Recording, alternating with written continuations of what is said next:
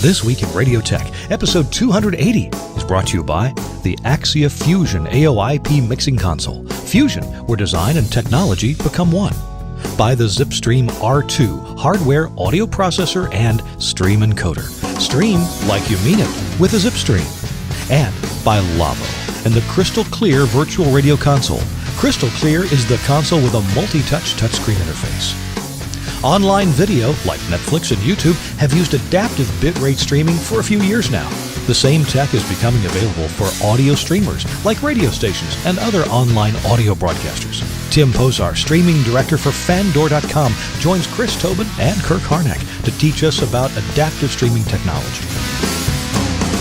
Hey, welcome into This Week in Radio Tech. I'm Kirk Harnack, your host. Glad to be here. I'm really excited about this show. We've got a great guest for you. And, of course, our usual lineup of superhero hosts like, there's me. And then the best-dressed engineer in radio is Chris Tobin from New York City. Hey, Chris, welcome in. Hello, Kirk. I'm doing well, yes. Today it's a dress-down day and doing some work in a terminal room. But having a good time. Cool. Sir, that's right. Hey, can you? Are you in the city? Or are you in the North Jersey, or where are you at nowadays? New Jersey. I'm in Newark, New Jersey today. I'd ask for a weather report, but it looks like it's kind of punchy around there. It's raining. Is it really? Supposed to be 10% chance of rain today, and so far it's a deluge. That's their idea of 10%. We're going to bring our guest in here in just a minute, but hey, if you've tuned into this, then you've tuned into the show about radio and audio engineering and RF engineering for radio. It's This Week in Radio Tech.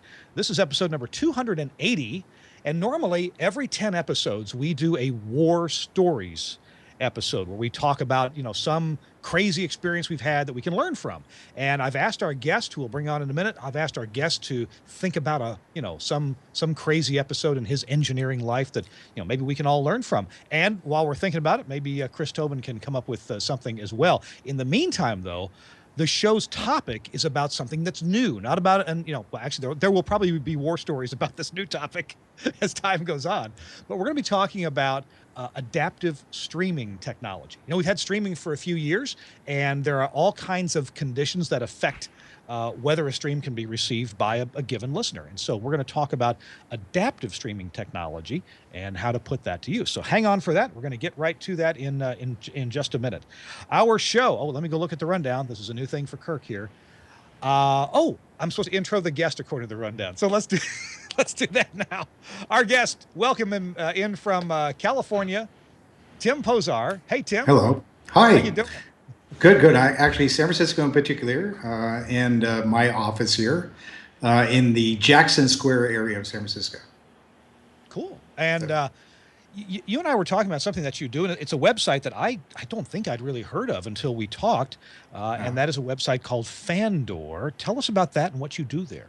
Sure. Fandor, sort of the quick elevator speech is it's a subscription video on demand service. So it's much like Netflix, where you pay, your $8 or $10 or whatever a month, and it's all the films you can eat. In this case, the films that we do are the ones that Netflix usually doesn't pick up. It's much like it's independent foreign language films, film festival films, kind of the artsy kind of stuff that you would see Criterion have. So it would be Kurosawa films and Werner Herzog and those sort of films. So if you're a real cinemaphile, this is the place to be to sign up and watch this kind of stuff. It's designed to try to also help out those people who create these kind of films. So we try to extend the income for these kind of films, because normally they just do the film festival circuit and then they put them on the shelf and they don't make any more money. And if they can put it on our service, and maybe we can pay them a little bit more for their efforts. Cool. The site is Fandor, Fandor, and you have a free trial program, so people might want to check that out after this show is over. And speaking of this show, again, coming up, we're going to be talking about HLS and other types of adaptive streaming, so stick around for that. Hey, our show, This Week in Radio Tech, is brought to you by some sponsors, and one of those sponsors is Axia and the Axia Fusion audio console. Now, Chris Tobin is familiar with Axia technology. He installed some Element consoles. Element was the the predecessor to the Fusion. The Fusion is a successor to that in that it takes element technology and improves on that. Some all metal construction, for example. OLED technology for the displays to show at an instant, at a glance, and very clearly what the input channels are, confidence meters for the incoming audio, also confidence meters for the backfeed audio. So, if your talent is out in the field and says, I can't hear you, well, you can say, well, I'm sending you audio. I see it right here. Let's find out where the problem is, because it's not the console. The Fusion console from Axia is simply amazing. And I want to point out that this is a console that will last you for years and years. I got to estimate that this is a decades console that Axia is putting out. Why do I say that? Because the top panel, the thing that gets all the finger work, all the hands touching it and the dirt and the grime, it's made out of double anodized, laser etched, brushed aluminum. It is amazing in that the markings on it, the dB level markings and the any other markings that are near any buttons around the faders, near the knobs, it can't wear off. Can never ever wear off. They're laser etched in there and then double anodized. You can't rub them off. You can't scrub them off. Now, if there's dirt on it, you can wash that off, and guess what? The dirt goes away and the markings stay right there. It is really gorgeous. The bull nose is metal. The overbridge is metal. The end caps are metal. Of course, the underpan is metal, and it feels so solid and like it'll put up with years and years of heavy-duty service. Now, Fusion console, like the Element console, and I know Chris Tobin configured a number of elements, the Fusion console is custom configured the way you want it. Faders come in blocks of 4. You can also get a telephone module that comes with 2 faders and then telephone controls right down the middle of it with clear status symbols on there that you can see exactly what the status of the different phone lines is. It comes, or you can get an intercom module that lets you page right away up to 20 different intercom stations and be ready to listen to other intercom stations when they call you. You can dial your telephone with the main module on this thing, the main monitor module. You can select what you're listening to in the headphones, the monitor selection. It's amazing how you can lay this console out. Oh, you can also get buttons that are either film caps, so they're fixed buttons, or you can get buttons that have text that's writable on there. Our software called, Chris, help me out here. I'm having a senior moment. What's the software called? Pathfinder. Our Pathfinder software. Yeah, our Pathfinder software will write on the buttons and can change their function if you want to. You can have buttons that scroll functions up and down. We even wrote a whack-a-mole game on the buttons just to show how fast they work and how quickly the button reactions are to the commands that you give it. The Fusion console, of course, is the thing that sits on the desk or is embedded in the desk, whichever you like. But the rest of it is the usual Axia equipment, the nodes for inputs and outputs, the studio mixing engine, the power supply for the console itself. And you can get all those things combined in the Axia power station, or you can do a separates system. So show that picture one more time, the beautiful Fusion console from the website here. Go to AxiaAudio.com or you go to TelosAlliance.com. Either way will get you there. And click on Axia and the Fusion console. This is a serious console for serious operations and will last you for many, many years. Put a bunch of those in, including, hey, just up the road from you, Tim, in San Francisco at the stimulus stations. Oh, great. Yeah, it's a beautiful installation there. Thanks a lot to Axia for sponsoring This Week in Radio Tech, and I'm happy to talk to anybody about the Fusion consoles. There's videos online, by the way, on our YouTube channel, youtube.com. Look for Telos Alliance and go to the Axia playlist, and you'll see some videos about the Fusion console. All right. Tim Pozar is here, along with Chris Tobin and Kirk Harnack, yours truly. We're here to talk about streaming, and let me go back to the rundown here so I don't mess this up. This is so new for me, your actual rundown. All right, we're going to talk about the status of streaming and where congestion points are. And hey, this is a real teachable part of our show. We're going to have some slides here, and Tim, why don't you talk us through some of these concepts that you developed to talk to other engineers about? And hey, Suncast, go ahead and pop the slides up whenever it seems appropriate to. Okay. Well, thanks. Actually, I got invited by Steve Lampin. I probably assume that he's been on your show, or at least most of the engineers that watch this know Steve. Steve's been an old friend. I knew him back when he was chief engineer at KJAZ over here, and I was chief at KLOK and KKSF. Steve, knowing that I'm in this area at this point, sort of left broadcasting in '96, I've been trying to figure out a way of actually making sure that the kind of material that we're pushing out, and I sort of jokingly call it audio with pictures in this case for you guys, makes it to our end customers. They pay $10 a month, and they want to be able to make sure that the films that they watch can be an immersive experience. You don't want to have get in about 10 minutes into the film, and all of a sudden the little beach ball shows up.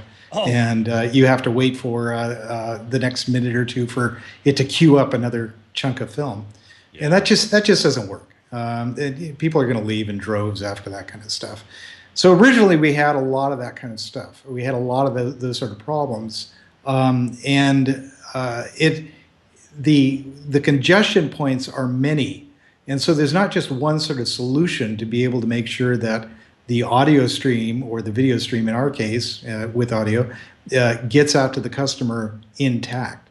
And so I put together a little presentation that I did at AES a couple days ago, and I think you still have those slides.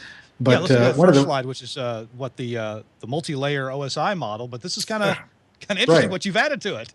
Yeah, so there's jokingly a number of people have added layers 8, 9, and 10 to the 7 OSI layers, and you'll notice that the 8 is financial and 9 is political, and there's a little circle that says "you are here," and usually those define pretty much everything all the way down, because the financial may mean that you're not going to have as fat of a pipe, or you're going to have a kind of older technology, or you're going to have older servers, or bad placement for where your servers are going to be. And then the same thing with the political. I noticed when I was researching this, I went to Wikipedia to see if they had something similar to this. And actually, the next slide you have there, they actually added a 10th layer. Let's see so that. So that's this is stolen from Wikipedia. So they say government as well on top of that. So for instance, China is notorious for their great firewall that they have there. So that's going to be another impediment for streaming and such. And in there, so if you want, there's actually another sort of slide I have in there, which is kind of a generalized schematic of the internet and where things fail. Sure, let's see that one. Yeah. Okay. That's perfect. So we'll talk about this. Okay. When people usually think of the internet and they diagram it, they usually make that big cloud really at sort of the top there, and they just try to think of, everything's the man behind the curtain. We really don't need to worry about where our server. We need to figure out how our server is going to work, and somehow a client's going to connect, and there's this magic happens within the cloud. But if you actually sort of drill into it a little bit, you'll see that you're actually going through a number of different service providers, as well as what's called internet exchanges, and that's that little IX thing, kind of in the lower right-hand corner there. Is that peering point? Is that what you call peering points? That's so. Normally, there's a couple different ways that internet service providers peer with each other, and one is called transit, and they're expecting that their packets actually will transit through the company they may be buying bandwidth from and go all the way out to the rest of the internet.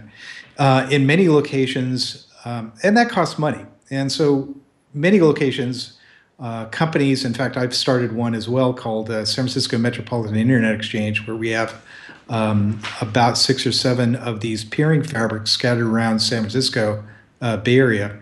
A company will throw a wire into literally a 10 gig or a 40 gig switch, and then anybody else who's on that switch, they can peer with. So you can have 10, 100, 1,000 people connected to this, and they can make some sort of policy or business agreement to exchange their traffic over this. So this means they don't have to go out and buy a jumper or have to backhaul it 12 miles away or 20 miles away or 100 miles away to get to where they want to go to. Very popular in data centers. So Equinix has these So kind of things.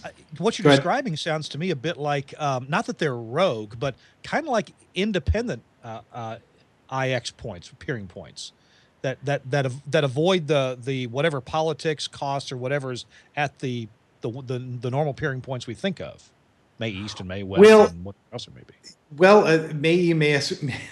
they alas, they're no longer around so much. But the more well-known peering points are companies like Equinix, which has data centers in like Reston, Virginia, and Santa Clara, and things like that.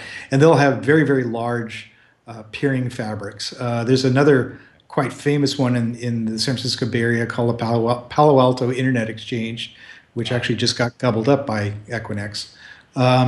Those are ones, and they charge usually quite a bit of money to connect to these things, and it's usually about $1 a megabit. It can be like about $1 a megabit per month to connect to this. So if you have a 10 gig port, it could, you're paying like 10 grand a month for connecting to these things. In many cases in Europe, and I won't dwell on this too long, but I just want to mention that you said that there's kind of this rogue thing. But in many cases in Europe, there's a lot of nonprofit exchanges. So London Internet Exchange does this. There's AM6, which is in Amsterdam. There's DKIX, which is in Frankfurt. A lot of these are run as a not-for-profit, and the one that we have in San Francisco is actually a 501 C6. It's not a C3 where it's like an educational thing. It's actually a C6. And you'll see companies like the NFL is a C6. It's a business, it's a nonprofit organization that's designed to support businesses. So we run at an extremely low profit margin and try to encourage people to connect through these things. So it reduces the cost of connecting to the internet and providing services with the internet. But these places tend to cause problems occasionally. There was a famous sort of battle, if you probably remember this, about a year or so ago, where Comcast was blaming Netflix for dumping their traffic through an internet exchange, where in fact they should have been dumping it through a transit connection that they had arranged with them. And what that meant was that they overcommitted. So they were trying to dump, say, 40 gigs worth of traffic on a 10 gig port, and you have a lot of loss if you try to do that through an under-provisioned network switch. Right. So internet exchanges can have problems. Typically, you're running maybe 10 to 50% of your traffic through an internet exchange, and the rest of this is transit. But if your transit goes away, you may decide, an ISP may decide to move all of their traffic through the internet exchange and have again, things won't work. It's trying to put 100 gallons through a straw.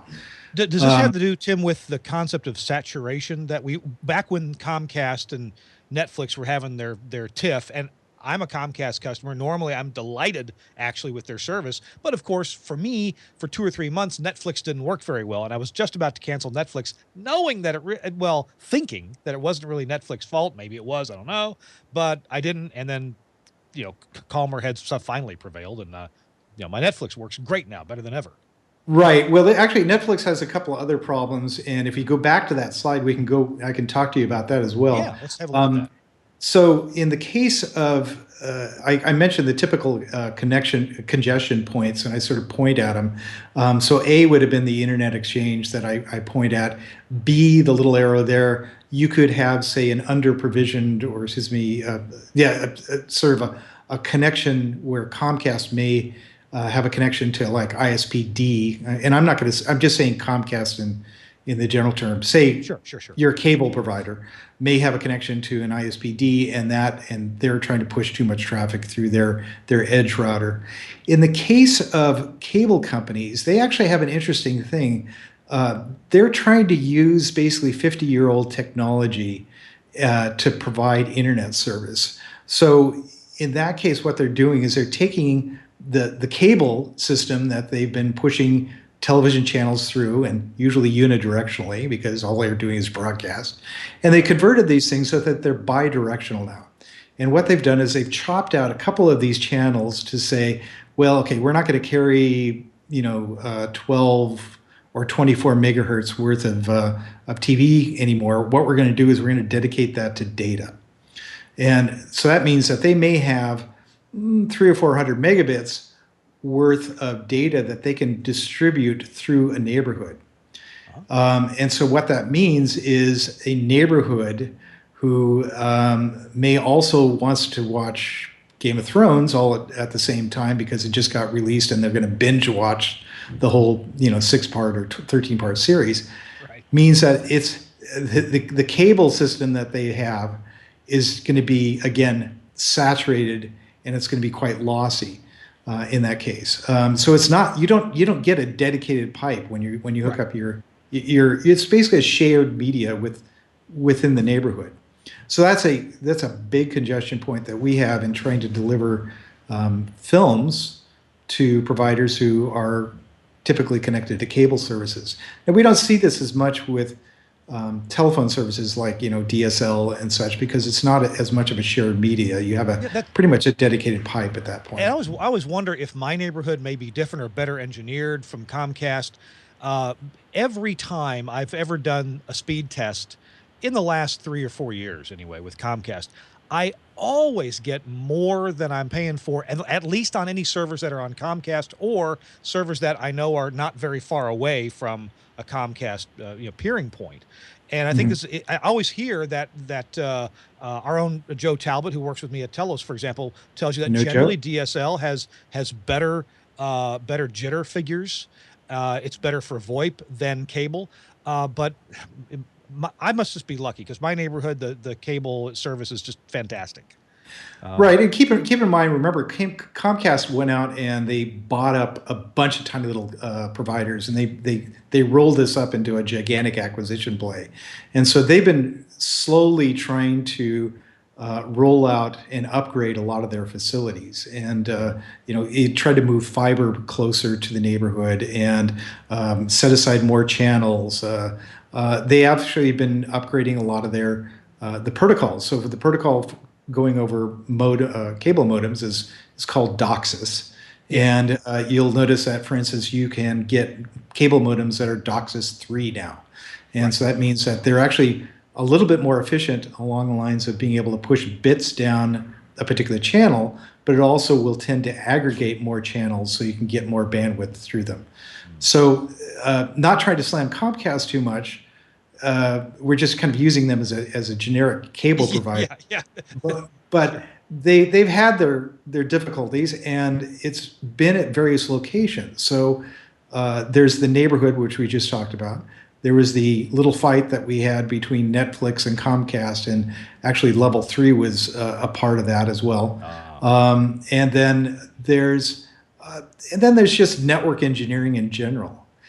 But the real problem that we typically have in trying to deliver audio is kind of the cruddy provisioning that usually users do for their home, and the expectations that they have with Wi-Fi. So what'll happen is they'll put their Wi-Fi next to their cable modem, which may be in their living room or something like that, but they may want to watch their film in the bedroom, and the bedroom may be 2 walls away, or so that means that they're going to have relatively low signal, or it may be in competition with their son who is playing World of Warcraft on the other line, or and trying to share that as well.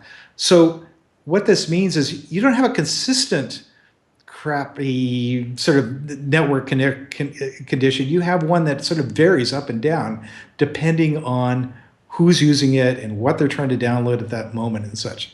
So this actually gets into what you talked about earlier, is how do you sort of adaptively manage a good viewing experience, knowing that you may have 1 megabit one moment and you may have 10 megabits the other moment, but you want to make that video or audio, in some cases, sound as good as possible. Let me see if Tim, if I can say this a different way, because without adaptive streaming, the content provider, Fandor or Netflix or whoever it may be, the content or a radio station, my little state WIQQ in Greenville, Mississippi, Right. without adaptive streaming, we as the content provider and doing the encoding, we've got to decide, okay, what's the worst case scenario that we want to serve, and that's the bit rate that we'll have to do, and what's the buffer size that we need to make sure that the player is doing. So we're going to provide a least common denominator experience for everybody. Right. Or we can do what some radio stations did for a while, and maybe a television did this for a while too, is you make the consumer choose, okay, click this bit rate, or click this link for this bit rate, or click this link for this bit rate. I mean, at our stations in American Samoa, we did that for a while. If you were on the island, you could hear our station at 96 kilobits MP3. If you were off the island, we only let you stream at like 48 kilobits HEAAC, Right. just because of the cost of getting the streaming here and there, and the reliability. So adaptive streaming lets us not have to program for the least common denominator connection. Right. Exactly. And in this case, what we're stressing the network a little bit more than just 48 kilobits or 96 kilobits or so. Sure. Our lowest bit rate is actually, and it's defined by Apple. Apple wants a bit rate that's 64 kilobits per second, and what it is audio only. So it's AAC with no video. And the idea behind that is that they want to make sure that there isn't a point where you're not hearing anything. So, the video may freeze on the screen a little bit, but you're still hearing an audio track playback. Yeah. So that's the lowest we'll do. But the next one up that we do is 300 kilobits per second. So that means that we do about, I think it's 192K AAC audio, and so that means it's about 100K or so worth of video that's in that MP3 container that we have. Is there any device? Is there any device upon which that looks good? No. Okay. It's meant. I mean, well, if you have something that has that doesn't have a lot of color graduation, or has a lot of movement to it, or anything else like that. So if it's a cartoon that has relatively static images and things like that, it'll look okay. But you've seen this, where the first time it'll show up, you'll see these big blotches of looking video, and then it sort of fills in. But again, we do this for those people who may be like on cell services or something like that, and who's trying to watch their video on something like this. And that you may be able to get away with something like that for a cell phone. But we have people actually wanting to sit down and watch this on a 52-inch screen, a 1080 monitor. Eventually, we'll be doing 2K and 4K video as well.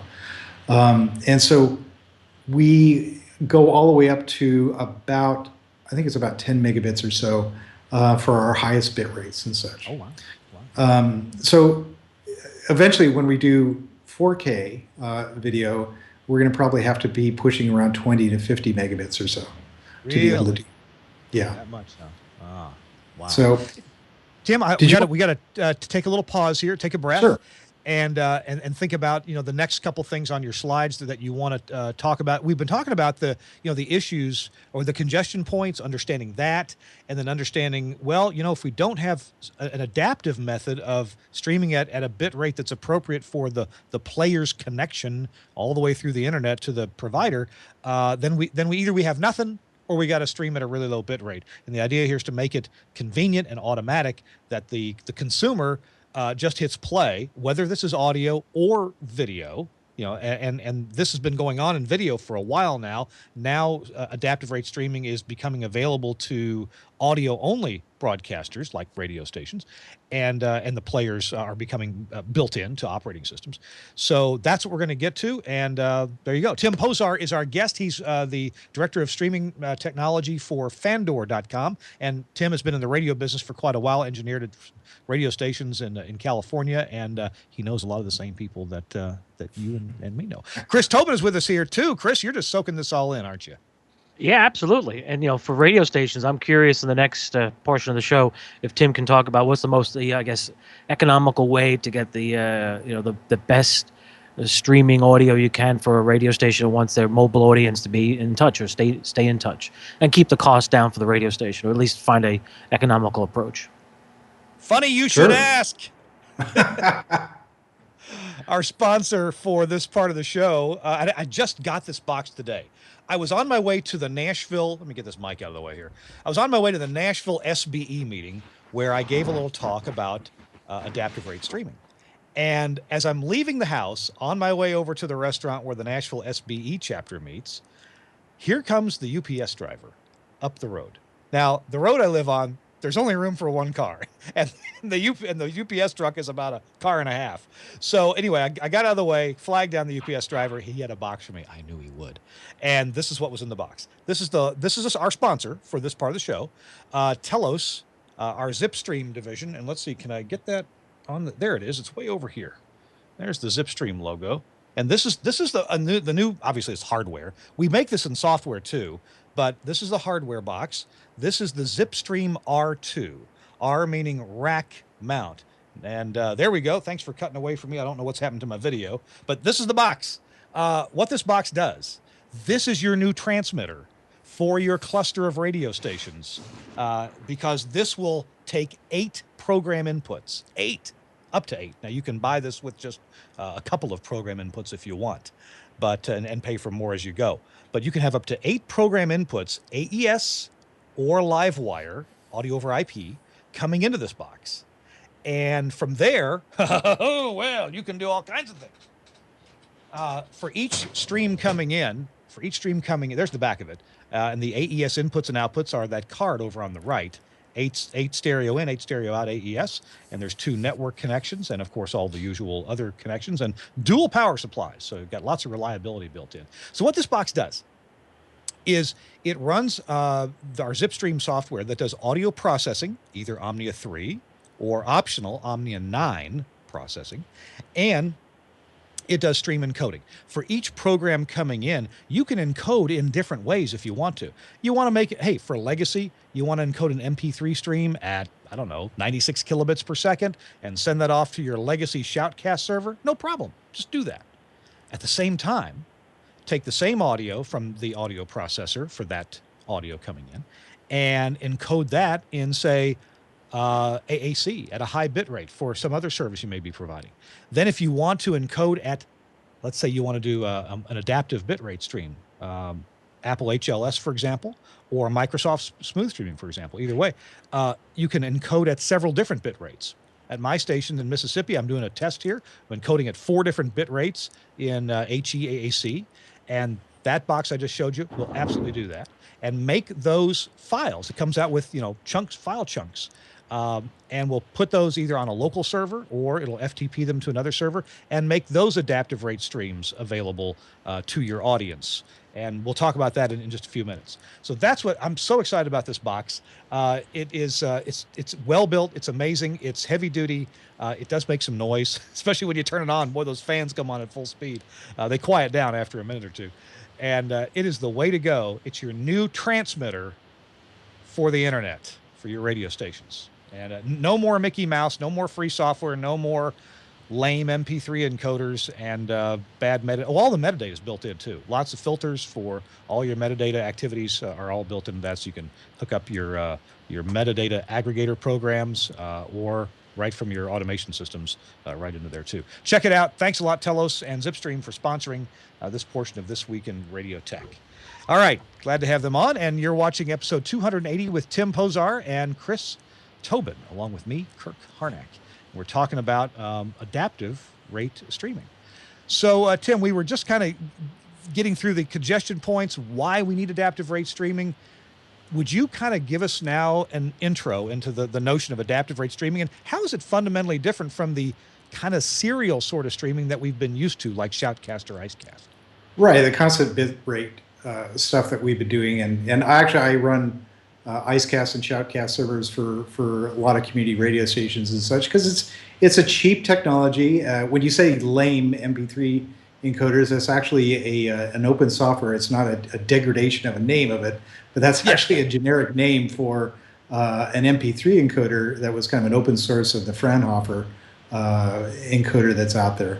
The it's the problem is, as you point out, and I know a number of companies that are trying to do streaming on the internet, and they're constantly running into the fact that they want a high quality stream out there, so they'll do something like 96 or 128, but they also want to be able to deliver this to, for instance, cars. So there, I wrote a paper about 10 years ago for Motorola where I called the cellular bands the new standard broadcast bands.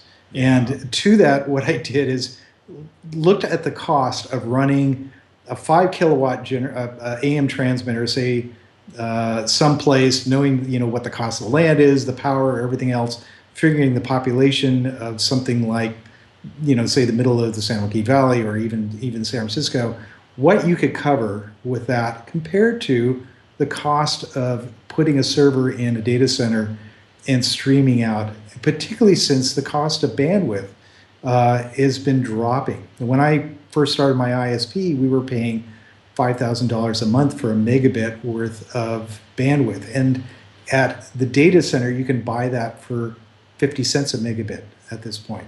So it's quite cost effective to put, and there really isn't any excuse to not put your station on the net so people could connect that way, because people are expecting that with applications like Tuned In and various other applications where they want to be able to listen to this and stream it through their Bluetooth to their car while they're driving down the road.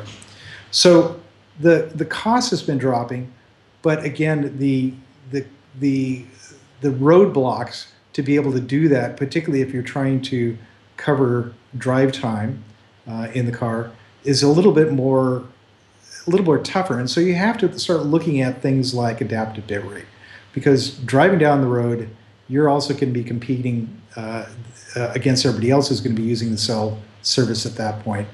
And then we, as a video provider, again, I outlined earlier what the congestion problems are here. So how adaptive works is typically a client will connect to the server. It will say, what streams do you have available that I can start using? This is all automatic. This is all done as part of the negotiation of the adaptive bitrate protocol. In the case of HLS, which is, again, Apple, as you said, Apple's protocol, which is actually pretty standard. You'll see it pretty much on every platform out there, like Roku and various other ones out there. They all use HLS. Okay. So it's pretty ubiquitous. And what'll happen is it'll go out and get what's called a playlist manifest, and that will list all the bit rates. And in there, it will actually show you can grab this one and it'll be 20 megabits, or this one will be 10 megabits or whatever. And then the client will, through actually just an HTTP protocol, it keeps asking for chunks of a stream. It may start off at a low bit rate. So if you notice, you probably have had this experience where you connected to like Netflix, and at first everything looks really grainy. That's because they specifically are asking for the lowest bit rate, and what they're going to do is they're going to stair step up the bit rates until it figures out that, yep, this is the highest one I can do over this connection that I have with this customer. I'm so glad you told me that. I thought it was my eyes. I'd start a cartoon for my son. It'd be all blurry. I'd rub my eyes for 5 seconds, and it's fine. That's not me. That's Netflix.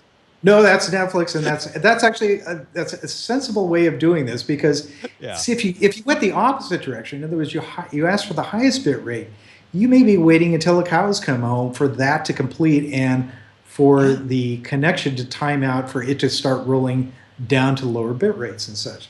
So this is a more conservative way of doing adaptive bitrate. They have conservative and liberal sort of strategies on doing adaptive bitrate, and so picking up the lowest bitrate, and this is what we do as well. We also do a couple other tricks with our adaptive bitrate. Normally, what happens is our files are not live, so our files are static films. So we have, again, we have about a half a dozen, actually we have about 12 or 15 different bit rates you can choose, or the client will choose from. And when it does do that, it says, okay, I want the lowest bit rate. it will get what's called a chunk list. And a chunk list is uh, what's a listing of every single segment in a film. And in films, the way that we do our films, a segment or a chunk is every 10 seconds. In the case of video, you don't compress the same way you do with audio. In audio, you throw away what psychoacoustically you don't hear normally. And Right. you've probably had shows on that and talked about compression and how codecs work. In the case of video, what you do is you look at differences between the frames. So every, you have 24 frames per second or 30 frames per second. You'll typically have what's called a keyframe, and the keyframe will have the whole picture built into that frame. And then the next frame, which may be a B frame or a P frame or whatever, and that will be the delta. So in other words, what changed. In the case of, if you're looking at me right now, these posters behind me that you're seeing are not going to be part of those different frames because they're static. But my mouth moving will be part of those frames. And so you can get relatively high compression, and particularly if you start de-resing the sharpness of the film and such. So it will go out and get these chunk lists, which are every 10 seconds, which is how often we do these keyframes. So a keyframe will come by every 10 seconds, and then you'll have these delta frames in between that. So the client will try to go out and get the lowest bit rate, and then if it decides it needs to shift to a higher bit rate or a lower bit rate, it's going to do it on a keyframe boundary. Okay, so the keyframe is the first information in each file chunk. Exactly, exactly. And if you change it between that, it won't know how to construct the frame or how to construct. For audio only, it only has to be at the beginning of an MPEG audio frame, not a video frame, but the framing that is done with bitrate reduced audio. So those occur a lot more frequently than once every 10 seconds. Right, right. Well, we try to do a lot of compression, and so if you do too many keyframes, it actually you won't be able to compress it down as much, obviously, because you don't have as many delta frames in there. And there's overhead on the client in trying to reconstruct these frames that are between the keyframes too. So there's a trade-off on compression as well as how much CPU power do you have on these little Roku boxes to be able to decode this compression. So we've spent quite a few years in finding that magic sauce that seems to work with most players. Interesting. Wow. So we're learning about how this works with video, but the same principles without the worry about the keyframes gets applied to audio. Now, I guess when audio goes with the video, it's just along for the ride, and you're making your decisions based upon the keyframes. But the audio is there along for the ride with the same notion. But with audio only HLS streaming, which heretofore broadcasters really haven't had available, and I'm not exactly sure why. I get the bigger money was probably in the technology, the players, the encoders for video. But now it's making sense to do this for radio too, which is why iTunes Radio this is doing this. I believe BBC is doing this already. And hey, my little radio stations, I can bring up the file, the manifest file you talked about earlier. By the way, that manifest file, that's the one that has the .m3u8 extension, right? That's correct. Now, what does an extension mean? M3u8. That was weird the first time I saw that. Oh. I don't remember exactly what that exactly means. You caught me on that one. No, I probably have to, there's a reason Google exists. Yeah, I'll look that up. But so when engineers, people who are watching, listen to the show, when you see that extension as part of this technology, that's the file that it's either one of two types of manifest files. What you want to do, what you end up doing, the player, you end up pointing your browser or your player to the URI of wherever that file is. Oh, my little son just stepped in here. Come here, Michael. Come here, buddy. It's a family show. Great.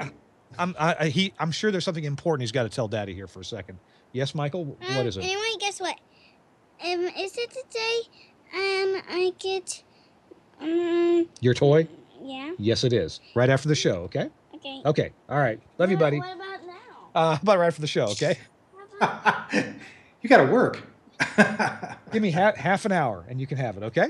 All right. He's a cute kid. Thanks. Takes after his mom. He gets a toy for being good for 3 days, and he had 3 stellar reports from school. So, yeah. Excellent. Congratulations. So, so now I can just as experiment, and this is kind of new to me, but I can point my Chrome browser on an Android phone to this manifest file sitting on a server in Greenville, Mississippi. It grabs that, it looks, which tells it the different bit rates that are available. I guess the player chooses one of them, and then it goes and gets that file that describes what file chunks exist right now on that server, which they're ephemeral, by the way, unlike a movie where they stay there on the server, until you go out of business. Right. These are ephemeral. So we're only keeping 3 archive files for each bit rate.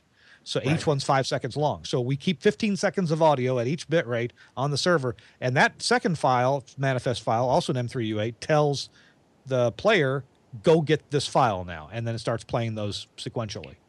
Right. In the case, when you're looking at video, you have the M3U8 file, which you just described.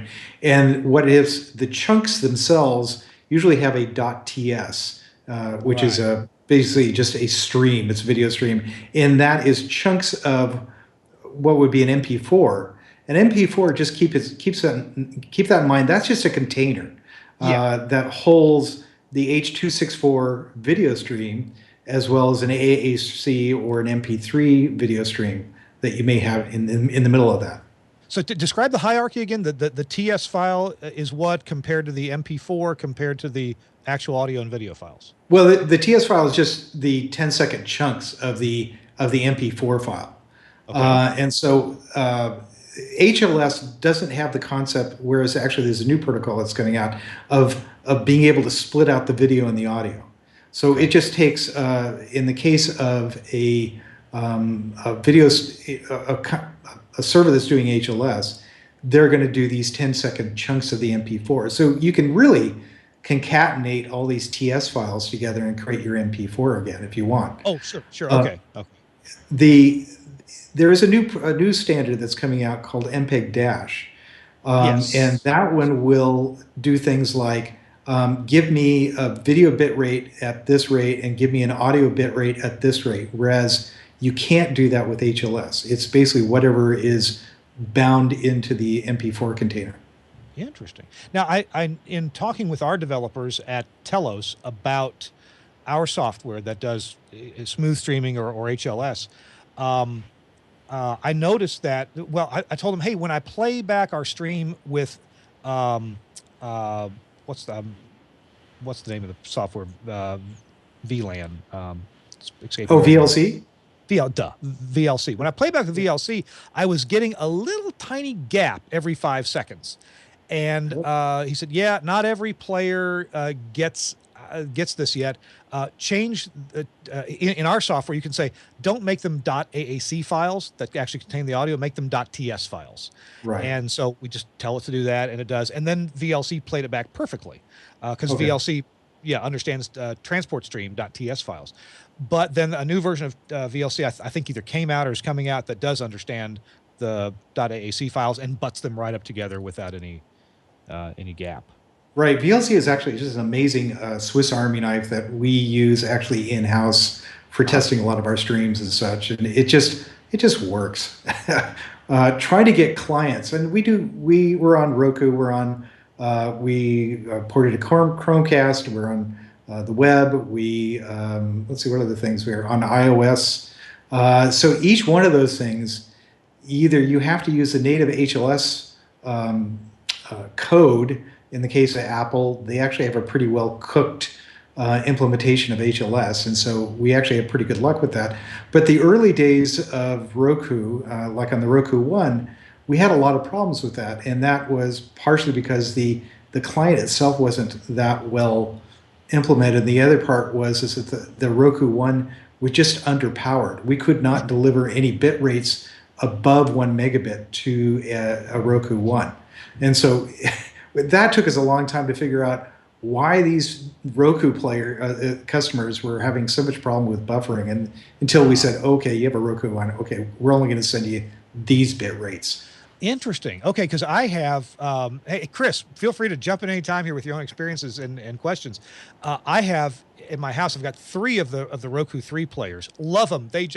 They're snappy. They play back right away. They're great. But I've got a couple of the old Roku ones, and one of them, believe it, is on. I've got a treadmill. I visit it every once in a while, and the treadmill's got a TV screen built into it, and so I have to use the composite output from the old Roku one into the composite TV screen. Anyway, so while I'm walking jogging on this treadmill, I want to watch stuff, and oh my God, is it slow? It's just painful. 2 minutes to buffer some ordinary video. Yeah, they just kind of underpowered the processor on that, and particularly now you're working with again companies like ours and such who want to be able to push out HD content and such, and these little guys just can't keep up with it. So take your Roku 1, put it someplace else, go out and get a Roku 2 or Roku 3, or go to an Apple TV or something else like that. Yeah. Okay. Cool.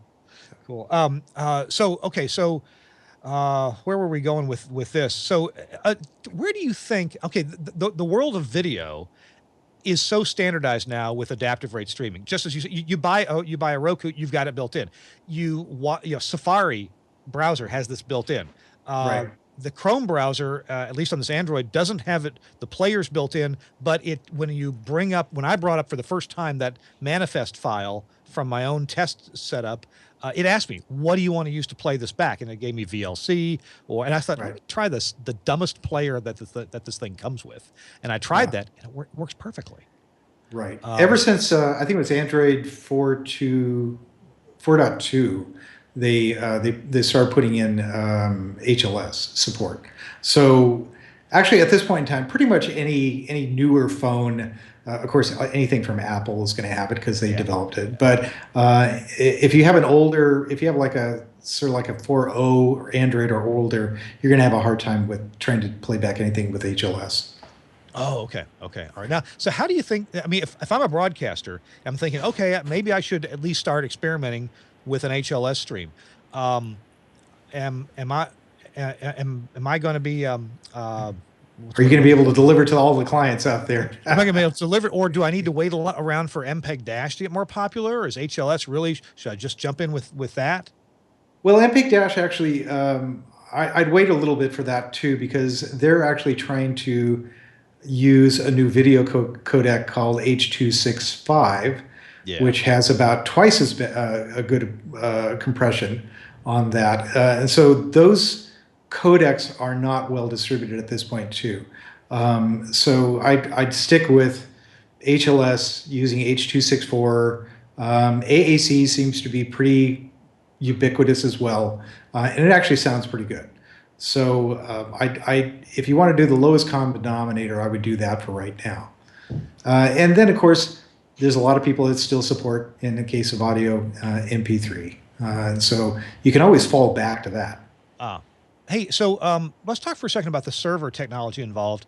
One of the things, our guest next week is a friend of this show, Greg Oganowski. I know Greg. With Orban, and he's his company now. He does this Streams software that is very nice for iOS devices for listening to good quality HEAC streams on the internet. Anyway, so Greg was explaining to me a few weeks ago, and I found it to be absolutely true, that one of the neat things about HLS or adaptive streaming is it doesn't require a server that's designed with server-side streaming software on it. So it doesn't necessarily have all these kind of constant connections to all of its clients going on. It's a file server. You're serving files. Right. And so if you want to roll your own, I mean, an Apache web server will do it. It's trivial. Yeah. With the original video streaming, you probably remember Real Audio and such, and they were doing video streaming. But what caught on after that was Adobe Flash, and they used a thing called RTMP. And so the decisions about adaptive bit rate were on the server side. It wasn't on the client side. And it was a constantly open connection. So you had to buy their product to be able to use RTMP. And of course, Flash was not cheap as well, their servers and such. The interesting thing about RTMP also is the fact that it used a non-standard port. Every time I went to like a hotel, I would run up against a firewall that would only allow me to connect to port 80 or port 443, in other words, the HTTP or web ports. And if I try to do something like, 1935, which is what RTMP uses, I'm blocked.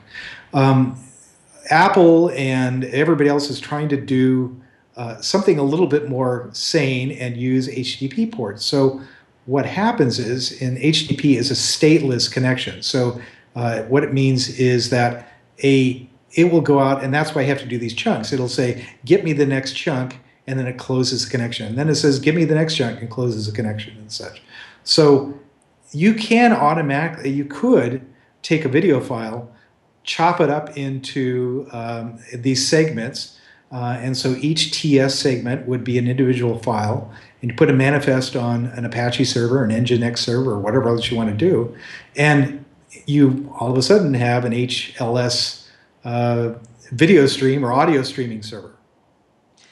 And it's fair to reiterate that the smarts, once you've got these files on a server, static in the form of a movie or ephemeral in the form of a streaming audio, or is it fair to say that the smarts really exist in the player, in the client? It does, yeah. And again, conversely with RTMP, the smarts were in the decision making with the adaptive bitrate was on the server side. In the case of HLS or HDS or MPEG-, the smarts, as you call it, are in the client side.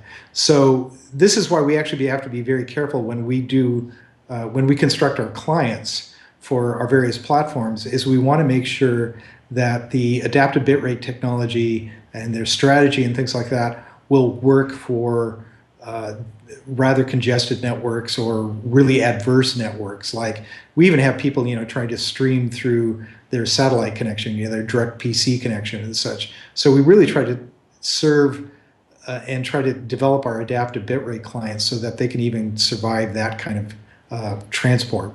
That brings up a good question. I believe that, in fact, I was just getting ready to look at the container file here. I've got it in a keynote presentation that I gave. So one of the parameters in the M3U8 file for each bitrate is something. It's pound x target duration : target duration. Right. Now, can you tell me what target in our case, it's set to 4. Is that 4 seconds? I assume that's probably a 4-second window, yeah. And so, okay. Particularly for live streams, you're not getting the whole chunk list. So in a movie, as I said, say for instance you have 4 bit rates or something like that. It's going to, in many players, what they'll do is they'll try to download the chunk list. In other words, a listing of all the TS segments for every single bit rate. In the case of live, you can't do that because you haven't pre-indexed the audio. Yeah. Yeah. So it has to be able to and particularly with audio as well, there's no necessarily keyframes associated with it. It's going to have to figure out when it can switch or how much it needs to grab for. Well, part of the way this works is, and I tell me if I'm explaining this right, because this is what I'm saying in my seminar, is that, okay, so you've got a file chunk that is 5 seconds worth of audio. And you've got this at several bit rates, but you got 5 seconds worth of audio. And the player knows this. The player is told by the manifest file that this is a 5-second long file, or maybe 5,000 milliseconds. And then the player has to see, well, how long is it taking me to download a 5-second file? Is it taking me 0.3 seconds or 1.9 seconds or, well, heaven forbid, 4.8 seconds? And that's exactly how it determines what the bandwidth is. Yeah, I'm glad you brought that up. And what we do is we monitor that. We actually look every, I think it's every 5 seconds or every 10 seconds or so, we get what's called a heartbeat back to our servers and such to know how fast they were able to get like a 1 megabyte file. So that 5 seconds you have at 96K or 128K or something like that is going to be a predefined file size, particularly if you have a constant bitrate file. or stream. And then downloading it, you can measure how many bytes you got. You can measure how long it took, and that's an easy calculation of what your bandwidth is. And from that, it could say, oh, I got that, and that was about 10 megabits or so. I'm going to ask for a 5 megabit stream next time.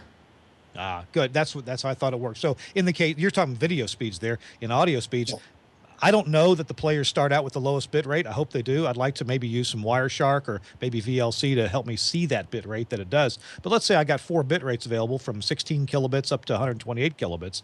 I'm hoping that the player grabs the file for the lowest bit rate first, because that's a tiny file. It's like 12K, and bam, gets that one down. And then no, that can't be 12K. That wouldn't be right. But anyway, it grabs these files and it says, hey, I downloaded that so fast, I'm going to go for the next bit rate or even a much higher bit rate. And I hope that's the way it works. We talked about, not only for bandwidth's sake, so that you're not watching no video or hearing no audio for a while more of it buffers in. We're eliminating that problem. But also, if you grab the lowest bit rate file and bring that in first, your video or your audio starts quicker. So the consumer gets they hit play and bam, it starts quicker than if it had to download a great big file. We also do a couple other tricks. Remember how I said we have about 12 or so different transcodes or bit rates that we use. And in many times what happens is we don't pre-segment our files. So on the file server that we have, it's just one gigantic MP4. And so what happens is when a customer connects, we use Akamai and we use a couple other things like Wowza for our streaming. It literally has to go through and index that file. And say, for instance, we have a 2-hour movie or so, that means it has to index all 12 of those transcodes. And that can take quite a bit of time. And also, it can take quite a bit of time to transfer those chunk lists back down to the client. So one of the tricks that we do at the trade, and I'm not giving away too much because everybody probably does this as well, is we use clients that will ask for the lowest bit rate and only ask for that chunk list. And then if it makes a decision, okay, you know what, I want to go to a higher bit rate or so, then it'll ask for that chunk list. So in that case, we're not trying to index all 12 transcodes at the same time for a 2-hour film. We're only indexing one transcode. And then if it decides to make a shift, it'll only index another transcode. So the idea is that we really want this thing to start up within 2 or 3 seconds. Most people are pretty tolerant of a movie taking a second or two to start up, but if they're talking 10, 15, 20 seconds or something like that, they're going to start getting a little annoyed. I hear you. Yeah. I'm annoyed. We're out of time. we're gonna hear from our last sponsor, and then we're gonna try to wrap the show up with either a tip or a little story or something that would be a good kicker to leave our audience with. Chris, you too, and Tim. Yep. Hopefully you'll have a little something for us. Our show, This Week in Radio Tech, episode 280, with Chris Tobin here, and also Tim Pozar is our guest, talking about multi-rate adaptive streaming. For both video and audio, kind of why it's necessary and kind of how that's implemented. I'm excited to be talking about this to different groups. In fact, I'm going to be at the Baltimore, Maryland SBE chapter on the 18th of November to talk to them about this, and also the New York City SBE chapter on the 19th of November. So, Chris, I hope to see you there on the 19th if you can make it. Our show brought to you in part. Yeah, good. And maybe we can go out and have a beverage or two, maybe before. Yeah, we should do it before. Our show is brought to you by the folks at Lavo, L-A-W-O, console company, pronounced Lavo, but spelled L-A-W-O. They make, those big, honking, incredibly complicated consoles for multi-track mixing and surround sound, TV trucks, big venues. That's what Lavo does. Well, and they also are a proponent of audio over IP in Europe with the Ravenna standard. Now, they're also behind the AES 67 audio over IP standard. Well, Lavo also has a line of consoles that are meant for, let's say, smaller applications, for, us guys in radio. They make a console called the Crystal Clear console. And this console is it's so cool. 20 years ago, I was dreaming of a touchscreen controlled audio console. I thought this would be really cool. And, the tech just wasn't there yet. We certainly didn't have multi-touch 20 years ago, or at least, civilians didn't. Maybe the military did, but we didn't have any access to that.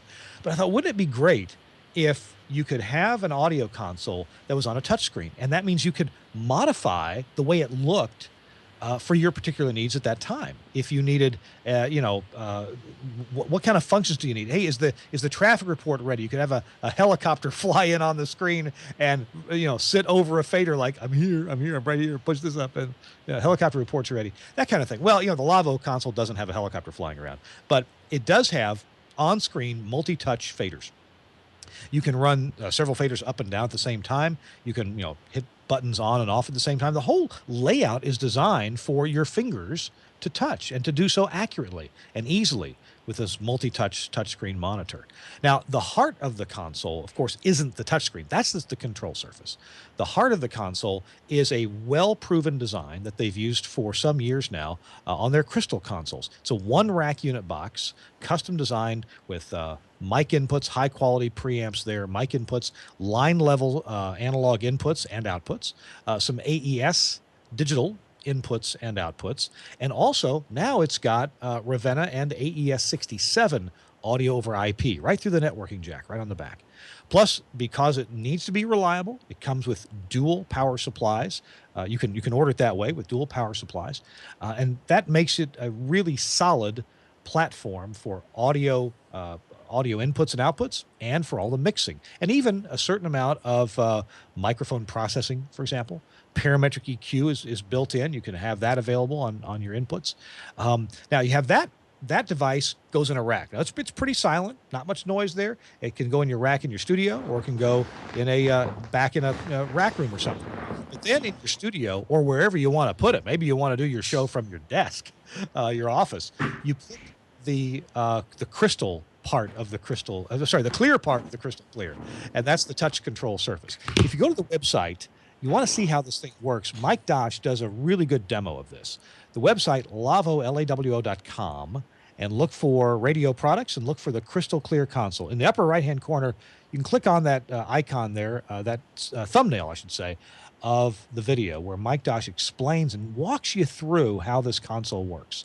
Of course, it networks with other consoles that are on the same Ravenna or AES network, and it's just amazing. Check it out if you would.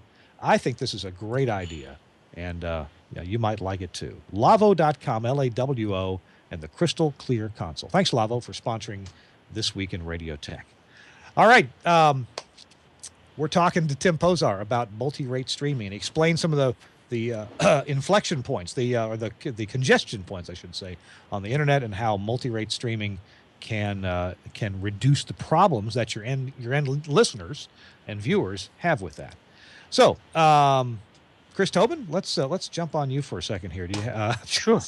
You haven't gotten a word at edgewise here on the show. Sorry. That's okay. It's the way it goes. Yeah.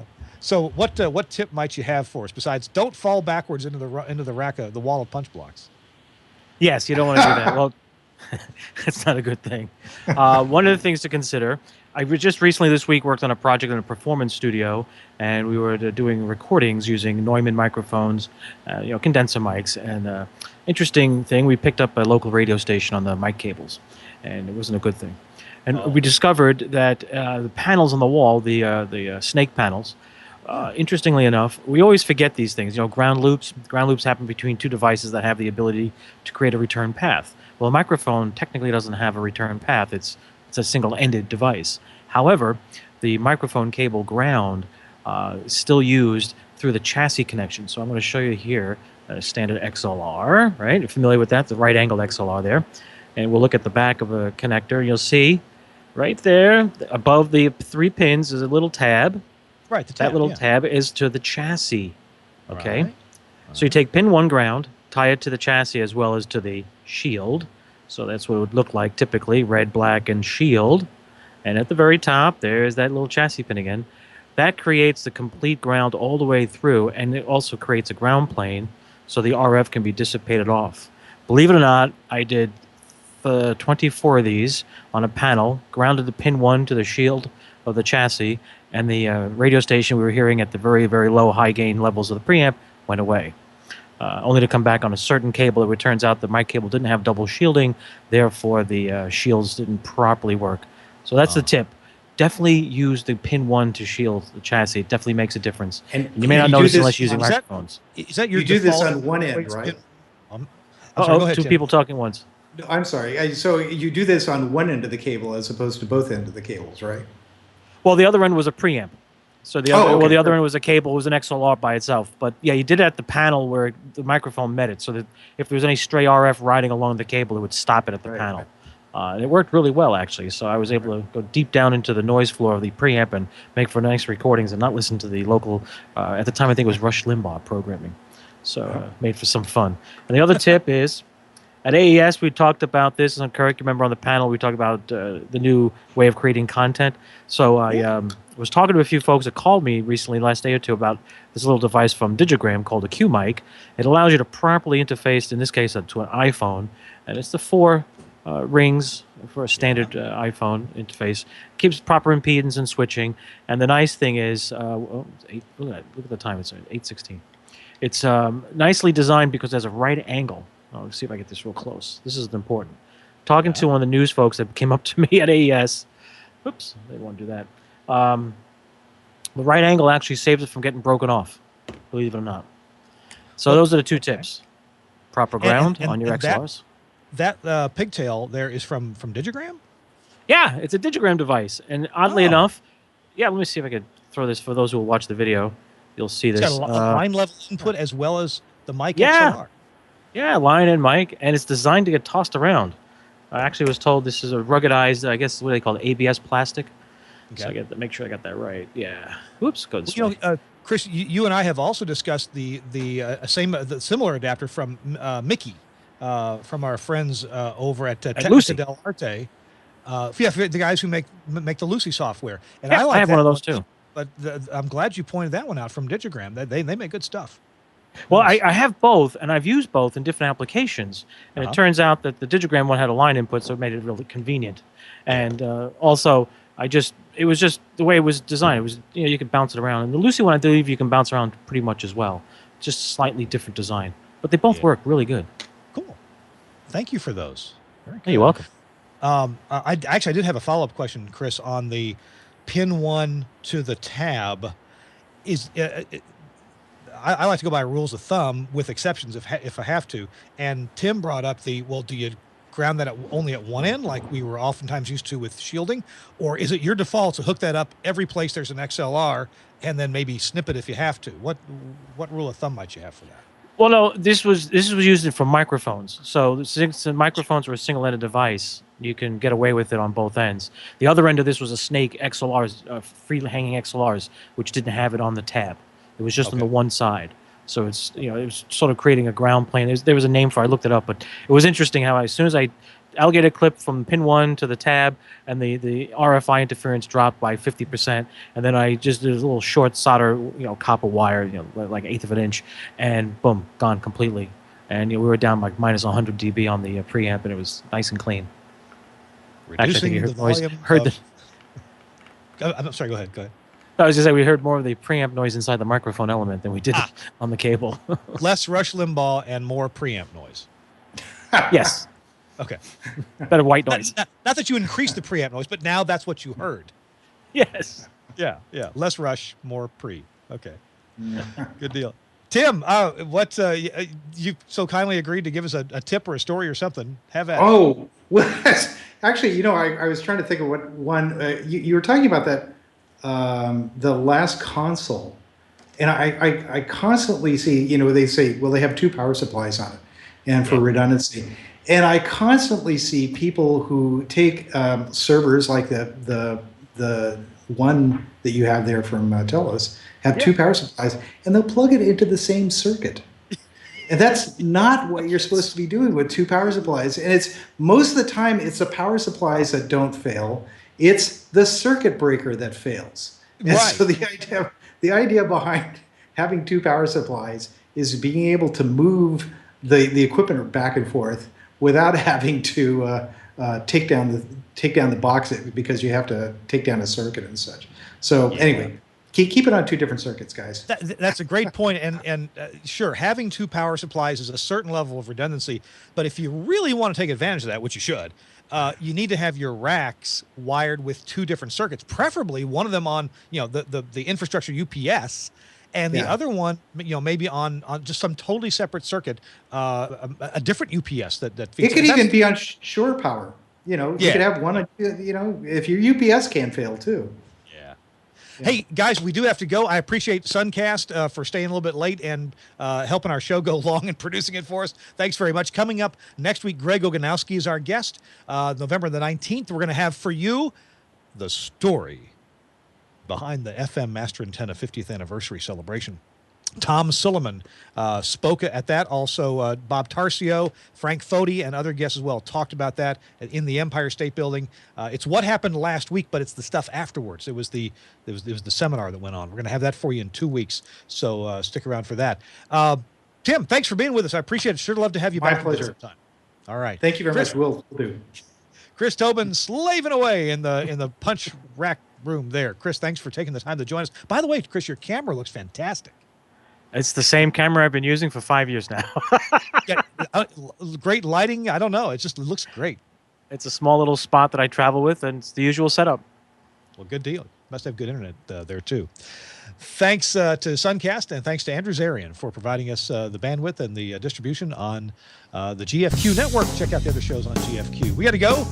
We'll see you next week. This Week in Radio Tech.